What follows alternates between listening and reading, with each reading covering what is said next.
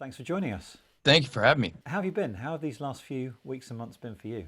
I'm just really feeling lucky, feeling grateful to be able to stay home, be able to work at home. Not everybody is in that position, and I have a lot of admiration and respect for the folks that are out there working during this pandemic and keeping the world turning around.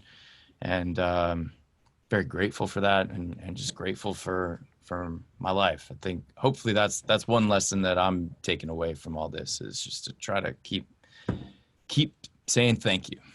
I know that your work was interrupted like a lot of people's work, and some of us can work from home and carry on that work, but you were in the middle of filming something for Apple, weren't you? And that just stopped. Yeah, it's true. Yeah. So I was shooting a show for Apple that I've been putting together for years, and I'm getting to write and direct it and act in it. It's called Mr. Corman.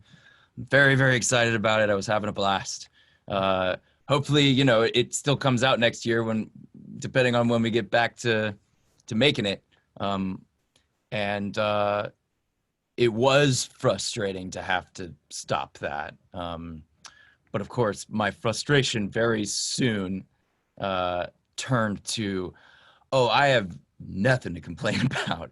There's really a lot of struggle going on right now, and I'm one of the very, very lucky ones in this situation. That's true. I think everything's relative, though. We're all allowed a little moan and a gripe at the things that we've been affected by, to be honest. You're right, and I mean, I certainly had that moment of gripe. I like I like that, the moment of gripe. But and to me, that's maybe one of the best ways to dispel it is to just try to look around and take stock of uh, all all the different people. There's so many different experiences happening in this pandemic. It's funny because we say we're all in this together, and in a way we are because we are all impacted by the pandemic, but um, everyone's having their own experience, and there is a disparity in those different experiences. And I think it's important to recognize that for a lot of people, and if we're honest, um, I think this pandemic really shines a light on a lot of inequalities that I wouldn't call fair in the way that our world works. And I'm the beneficiary of a lot of those inequalities. And uh, it's important for me to acknowledge that, to be grateful for that, to do whatever I can do to try to rectify that. And and like I said, just remain grateful and not spend too much time in my moment of gripe. Is that? I didn't realise that was an Englishism, but maybe you'll be taking that back Oh, across. is that a thing that like I don't know. I mean I've heard of griping. People talk about griping in the States. So we'll get to what you're currently working on in just a sec. I'm just as a complete geek and a movie anorak. I remember the writers' strike when it happened. It brought a number of productions to a halt. Some projects were completely binned. Some series were just finished on episode whatever 17. So I'm just curious as to whether your project, how does it work at the moment? Is everything on hold, or have some things actually just been cut? And they'll never go ahead. It's just a bunch of big question marks. We're figuring out exactly when we can get back to work, how we can get back to work, and do it safely. I really, really want to go back to work, but I'm not at all interested in going back unless it's very, very safe. Yeah. And me and my family, every family and every person has their own comfort level, and I think that's sort of a new layer of diversity in our society. We all need to be respectful of each other's different levels of comfort in the midst of this health crisis and post this health crisis, because I don't think it's going to like all of a sudden have an end. It's probably going to Yeah. fade very slowly or just keep going, or who knows. We don't know what's going to happen. But My personal level of comfort is very, very cautious. And I really, really want to go back to work, but only if it's really safe. And so we're figuring out what that's going to mean and how to maybe approach production differently. Maybe it impacts the story that we want to tell. Um, these are all things that we're working on right now. And luckily we are able to do that work on Zoom calls just like this. So out of this hiatus came your new project, Create Together.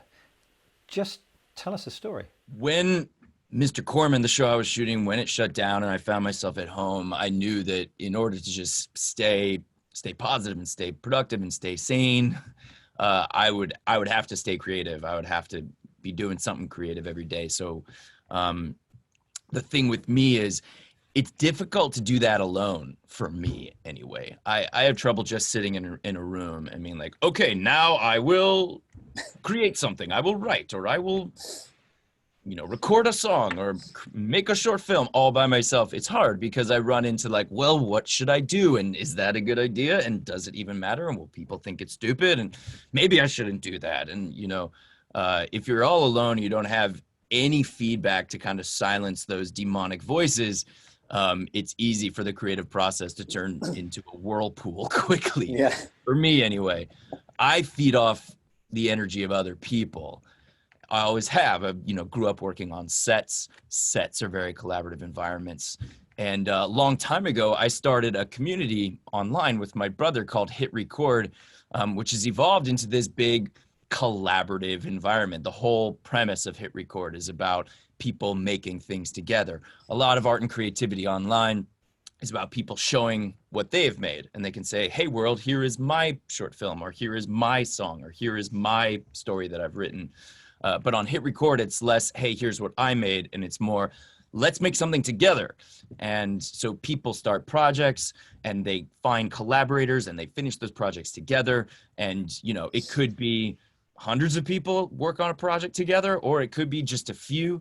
And it's really been something seeing at this moment where a lot of us are feeling so isolated in the midst of this pandemic, people overcoming that isolation through creative collaboration. Because, I think a lot of us are turning online looking for human connection, but oftentimes the interactions you get online are sort of quick, scatterbrained, disposable. Social media can be that way. And when you're making something together with someone else, the interaction you get tends to be more nuanced, more profound, more long lasting. You have a common purpose. You're like, let's figure this out together. Let's make a thing together. And so HitRecord has really provided something that I think a lot of us have needed, me included. And so watching this happen in our community, I just said to myself and to, my partners at the company, like, we should turn this into a show. We should document what's happening in this moment right now and tell stories about people coping with this strange time of pandemic and isolation by staying creative and by doing it together with other people. And so we pitched that as a show, and YouTube Originals really liked the idea. This is our second show with them. We turned it around super quick. TV usually takes forever. This isn't conventional TV. It's, it's YouTube Originals. They're quick episodes. They're like 10, 13-minute episodes, and we're just doing 6 of them. And it's really just pretty simple, wholesome, positive stories about people being creative together, collaborating online with other people all around the world during this strange time. You put out a call saying we would like you to contribute to a show, and this is the theme, whether it's screaming or whether it's expressing joy or whatever. That's what you do. You put out a call, and then people submit their material, which then you kind of cut together yourself. Is that how it works? Well, no, it's more collaborative than that. It's if you like download the HitRecord app, and sorry for the shameless plug, but this is actually how it works. There's all kinds of projects going on, and we're not the ones leading all the projects. In fact, we're not the ones leading most of the projects. Anybody can start their own project. So like you mentioned the screaming, that's a project that's in our first episode. And it started with this dad who, it's a video of this dad and his 2 little sons, and they're screaming, and the dad's got a guitar. And instead of just playing them some happy-go-lucky music, he's playing them some heavy metal on his guitar. He's like leaning into how his sons are feeling. And so there's a project started called Scream It Out. Like, let's play along with this dad. And lots of people did. And some people just screamed along with the kids. Some people made music along with his guitar. And then yes, it's true that the production team on the show is doing curation and editing and figuring out of all these different projects that are happening and out of all the different contributions to those projects, what should it be? But we're not the ones leading all the projects, and it's not just us saying, okay, submit, and we will pick some of the submissions and put them in our show. It's really these collaborative projects where people make stuff together, and a lot of the show is us just kind of documenting that process of how it unfolds and hearing the stories of the different people who are contributing and collaborating with each other, and then yes, showcasing some of the finished art that people make together. Is this about pairing people who together, or grouping people together who then collaborate sort of in their own way, or can they do it all through your platform? Or is it basically, you find someone who is a director, someone else who's an artist, someone else who's this, that, and the other, whatever the project needs, and then they go about it their own way and collaborate in whatever way they choose? On HitRecord, you're able to find your collaborators, organize a project, communicate with your collaborators. HitRecord we haven't built like all of the audio recording software or the video editing software or all those things. People have their own preferences, and there are people who use, simple free software to do their creative work, or there are people who use more advanced software to do their work. We're not really trying to build all of that software. So you're working across two completely different types of content here. You're working on the really high-end stuff, from the really big movies that you've done, and you're working on these, completely low-budget productions. Which do you prefer? What are the good things and bad things about each? I really love the variety. I think if I only worked in the Hollywood entertainment industry and that's it, I would start to feel kind of trapped, because Hollywood can be, Hollywood's very exclusive. Hollywood can kind of chase its own tail sometimes. And on HitRecord, I think the fact that it's a community, the fact that it's collaborative, it really opens a lot of people up. People who wouldn't even necessarily post their own short film elsewhere online, because like they would feel intimidated to do that by themselves. But to do it together with other people, it helps break a lot of people out of their shells and find their voice and find their perspective, or what they want to say or what they want to contribute, because they're doing it again together with others. There's a support, there's an encouragement. It's different than oftentimes when you post stuff online, it can feel kind of like a contest, like a popularity contest, that I think a lot of people have hesitation and anxiety about. Like, I don't want to like post my thing and then like try to get people to come to my page and give me likes or give me follows. Like, obviously a lot of people do that, but I think there's a lot of inherent angst in that whole premise. And so when you can do it together, for me, being in that creative environment is really nourishing and inspiring, because I get to collaborate with people who I just never would normally, and hear from a much wider variety of perspectives. There's, it's when you're working in Hollywood, you're working with people who are, let's face it, have had enough good fortune and access and circumstance that they've been able to dedicate their life to working in Hollywood. And a lot of people just don't have that access, don't have those circumstances. They're not going to be able to do that. And so those people still, and by the way, that's almost everybody. Almost all 7 billion people on the earth, very, very, very few of them are really have the access to get to work in the Hollywood entertainment industry.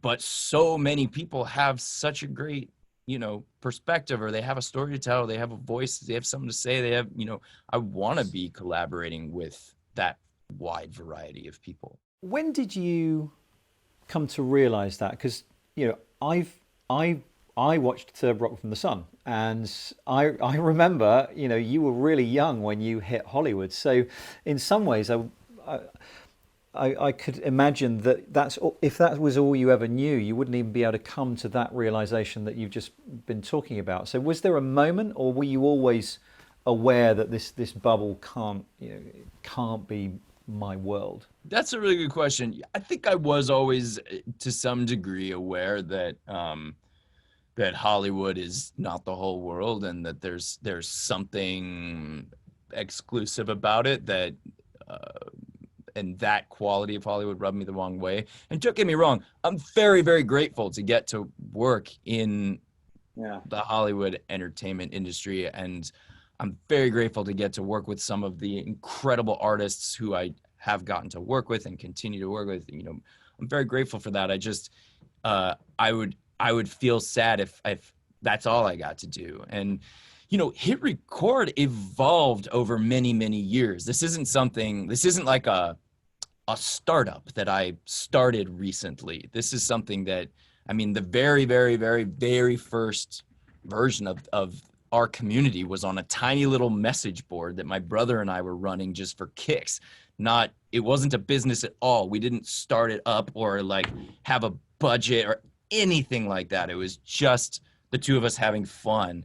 And we just had this little message board. And this is in 2007. And so the community really evolved over a long period of time. And that realization that you're asking about, it wasn't something that just occurred to me in my own mind.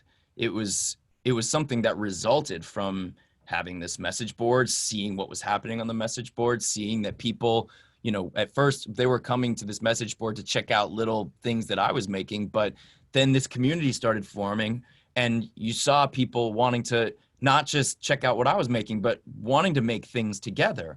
And my brother and I saying like, wow, that's really cool that on the internet people can find each other and collaborate, and it doesn't have to just be another television or another radio. This can actually facilitate a whole new behavior that was never possible before in history. Like, wow, wouldn't have thought of that by ourselves. But it started kind of happening. And so we leaned into it. And as we leaned into it, it started being more interesting and rich. And so we leaned into it even more. And a few years later, I did start it as a production company. And that was in 2010. And it's really come a long way since then. We've published books and we put out records, and we won an Emmy for a TV show we made. And we never really leaned very heavily into the technology side. And now only in the last year or so, we've actually really started trying to make better software, a better website, a new app. And I've actually found that really interesting. And when you provide that better user experience, that actually makes it a lot more inclusive. It makes it easier for people to participate, and it gets all the more rich and fun. The kind of democratization that social media gives us, the fact that now people are able to get their ideas, their creative ideas out there, which is a good thing. But you've also spoken in the past, I think, about the downside of that, and the fact that, do you think that people are tending towards those likes and those clicks and those follows? Is that kind of focusing in the wrong way, the type of content that people are putting out there? Yeah, I do think there is that downside, and I think it's very real, and something that is something we as a generation have to figure out and contend with. And I'm certainly not the only one who's currently raising my hand and saying, hey, I think there's some downsides with the way that our dominant social media platforms work. And I don't think the problem is the technology. And I think the biggest problem is actually the way that some of these companies make money with the technology, the business model, as they say, that they offer a service for free in exchange for the right to kind of spy on people, collect massive amounts of data, feed that data into machine learning or artificial intelligence algorithms that are used to manipulate people on behalf of quote unquote advertisers. Advertisers is really a euphemistic term in this case. I don't think what happens on these social media platforms is really the same as what advertising used to mean. Because the tech has gotten so advanced, it's really more behavior modification. They're really using advanced psychological techniques, and because they have a device in your pocket, they're running tests on people and manipulating them in ways, and using the most expensive tech in the world, the Facebook newsfeed algorithm or the Google search algorithm. These are some of the most advanced pieces of technology ever created, and they're being focused on people to manipulate their behavior. And when that's the business model, when a company is not incentivized to try to benefit the user of a platform, but rather is incentivized to benefit a third party, quote unquote, advertiser or manipulator behind the curtain, I think it's having a bunch of negative impact. And, a lot of people have spoken a lot about how it's having a negative impact on democracy, how we've seen a rise in extremism and authoritarianism in the last number of years. I can't speak with as much authority on that. It's not my area of expertise. What I feel like I can speak with authority on is how it impacts creativity, because that's what I've done my whole life. And I really do think that when you see your creative process through the lens of likes and followers and the sort of attention economy, the framework that you're trained to see your creative output through, when your outlet is this ad model driven platform, I do think there's something kind of poisonous about that to creativity. When right at the seed of your creation, you're like, well, how many followers is that going to get me? Is that going to do well on Twitter? Is that going to get a lot of likes? Like, these aren't the questions you ideally want to be asking yourself in the thick of your self-expression. And so, yeah, I'm concerned with that. And part of what we're trying to do with HitRecord is build something that's more conducive to the kind of creativity that I have in my life found more nourishing, which is less about those kinds of rewards of likes, followers, or box office, or, award shows or red carpets. Or those aren't the things that have really made me happy in my life, to be honest. I'm grateful for them, but those aren't the things that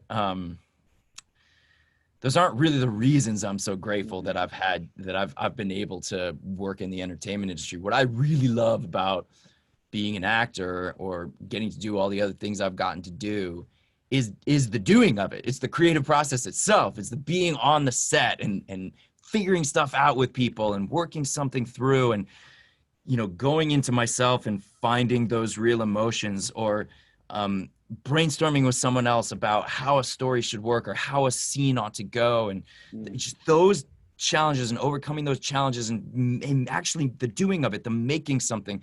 That's what makes me happy. That's why, those are the reasons I'm so grateful that I get to be an actor. And I think those things, just the inherent reward of the process itself, gets sort of marginalized when you're constantly thinking about metrics like likes, followers, box office, or anything else. So this dynamic is not unique to social media. It's existed kind of forever. It's kind of how Hollywood works as well, isn't it? I mean, let's be honest. It really is, but I also think that social media has amplified it to such a degree that it's unprecedented, and yeah, it's concerning. Still kind of on that subject, and on the subject of you kind of working at the creative process, and you as an artist, you played one of my man crushes in one of your films. And I wonder if you want to guess which one. Well, if we're talking about this stuff, maybe it's Edward Snowden. It is. I interviewed him once remotely, but you actually met the guy. And I wonder what your impression. I mean, it must have been really surreal going to Russia and meeting him. What were your impressions of the guy, and what were your impressions of as his view on the world? Yeah, you're very right. And actually playing him was a big part of opening my eyes to a lot of the stuff I was just talking about. And it was surreal going to Moscow and meeting him in person.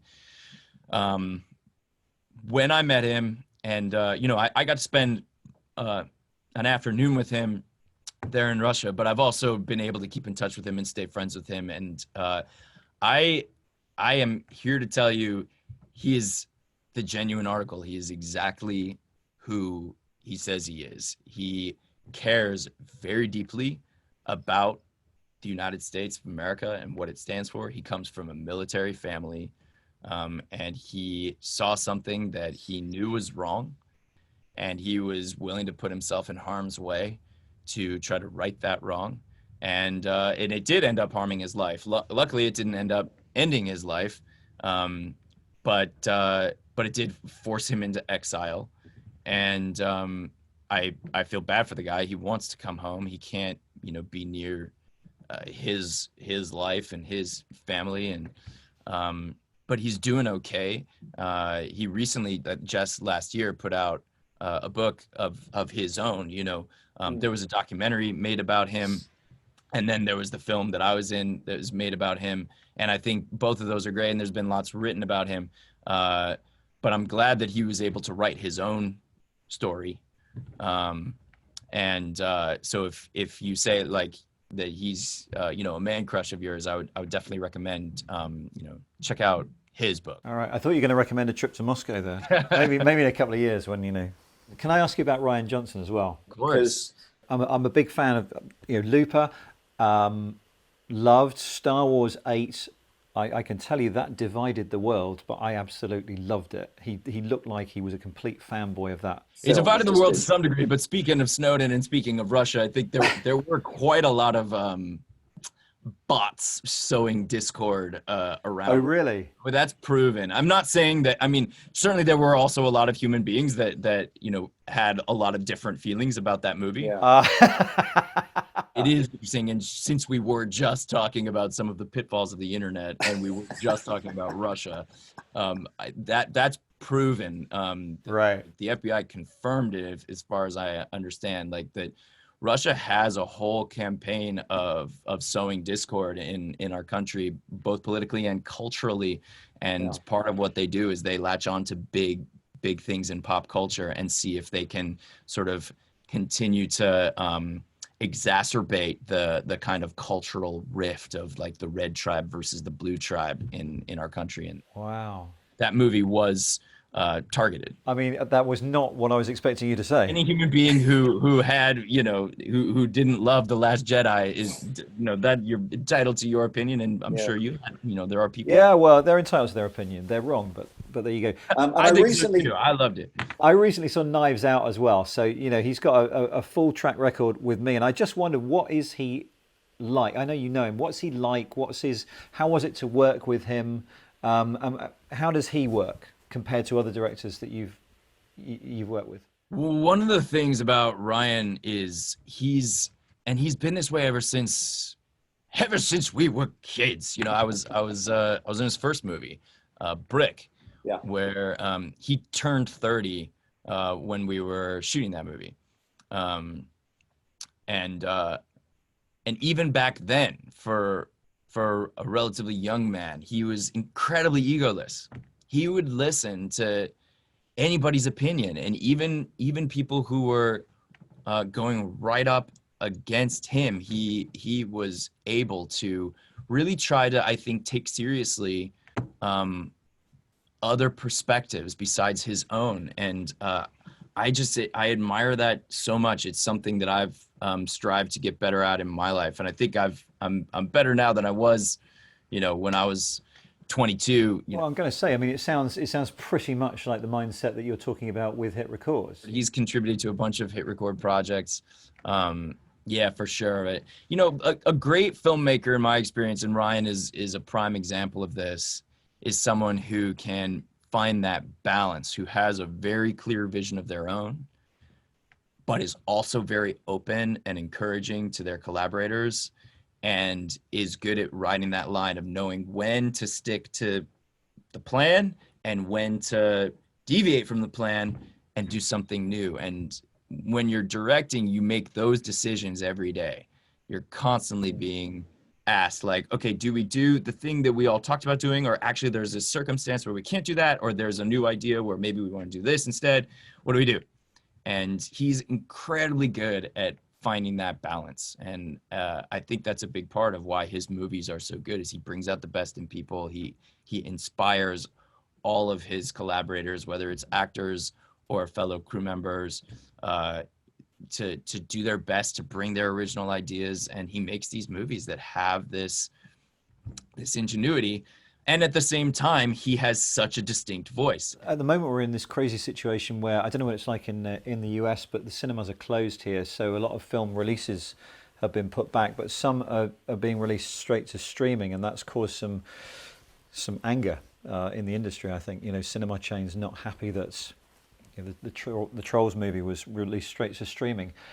What's the feeling like within Hollywood, and what's your thoughts on it? A lot of people feel a lot of different ways. I love the cinema, and I hope it never goes away, and I don't think it will ever go away. But it's not like the cinema is at the peak of its cultural dominance anyway. If we're telling the truth, the peak of the cinema's cultural relevance, when the cinema was the vanguard, like the pinnacle of popular culture, that was in the 1930s, maybe 1940s too. Before TV. Yeah. And then there was TV, and TV became much more central to our culture than cinema. And cinema has still been important since then. And of course, as technology has marched on, the cinema has continued to be important, but one of many forms that are also important. One thing that Hollywood tends to not really acknowledge is that video games are much more culturally relevant than movies are. And bigger business. I mean, it just is a bigger industry, isn't it? It's much more culture, a lot more people spending a lot more time playing video games than doing anything with movies. So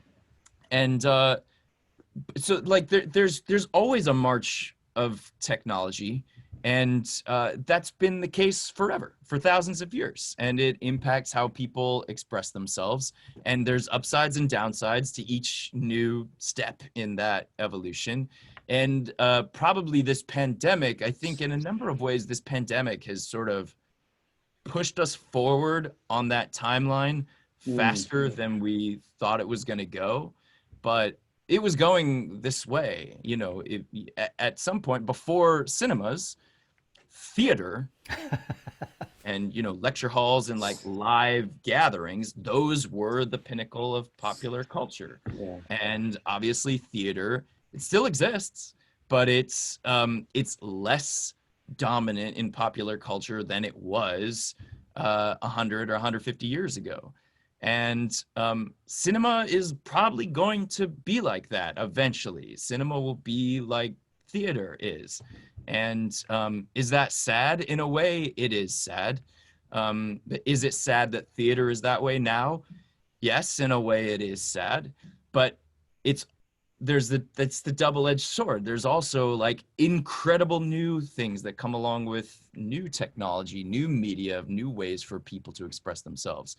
And there's upsides to those new ways, and there's downsides to those new ways. And that's the charge of every generation, is to figure out how can we make these new advances work in our favor, make us more human and not less human. You mentioned this earlier. For the foreseeable future, we're not going to be able to make film productions and TV productions in the same way. If we've got to keep everyone apart from each other and restrict the crew on set. So do you think that we'll see a glut of a new style of production? Do you think that we'll see a reduction in the amount that's made because you just can't do everything like that?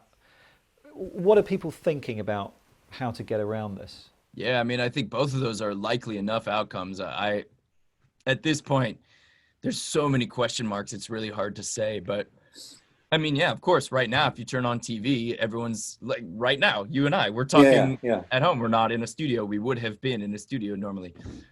So there's that big shift. And as far as, you know, conventional productions, there probably is going to be, well, like one way that movies are moving towards is shooting with more kind of virtual sets, whether that's on green screen or that's shooting in front of these massive LED walls, and motion capture, all these new technologies, ways to make movies that are different than the conventional way where you go to a location and you shoot in a location. This will probably push that forward, I would guess. And yeah, we will all still find ways to shoot in the old-fashioned way as well. And will there be less stuff being made? I don't know. Everyone's pretty keen to keep making stuff. Certainly, you're gonna see some kind of dip reflected by the fact that we all had to stop for the last couple months. I wonder whether your project, for example, or projects like yours might be paused until they can be made in the way that it was intended, or whether a lot of projects will be adapted and rethought so they can go ahead, but they'll look completely different because, you know, of the distancing. And yeah, and that's still a big question mark. And how much are we going to have to modify our plan in order to shoot sooner, or how much do we want to wait so that we don't have to modify our plan? These are the conversations we're having every day, and probably it lands somewhere in the middle along that spectrum. But I guess coming back to the Create Together projects, you know, that's a project that lends itself to this. Well, yeah, that's the crazy thing is on HitRecord, we've been collaborating remotely all this time for years. We never called it remotely, but it has been something to see, like, wow, in this time, we can make a show, the kind of show that we won an Emmy for before. We can still do that right now, whereas my more traditional show had to shut down. What have you learned about yourself in the last few weeks? What have I learned about myself? Oh, that's a good question. I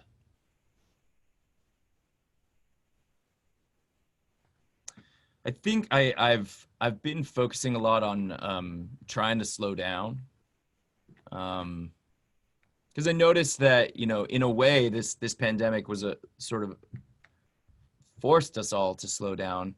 But then I also noticed, wait, this pandemic was supposed to force us all to slow down, but I'm not slowing down. And maybe that's an issue. Maybe that points to something that I need to calibrate for myself. And I know exactly what you mean there, by the way. I'll just virtual high five. Yeah, okay. I'm with you on that. Listen, Joe, thanks so much for your time. Really appreciate it. Thank you. Great to be here.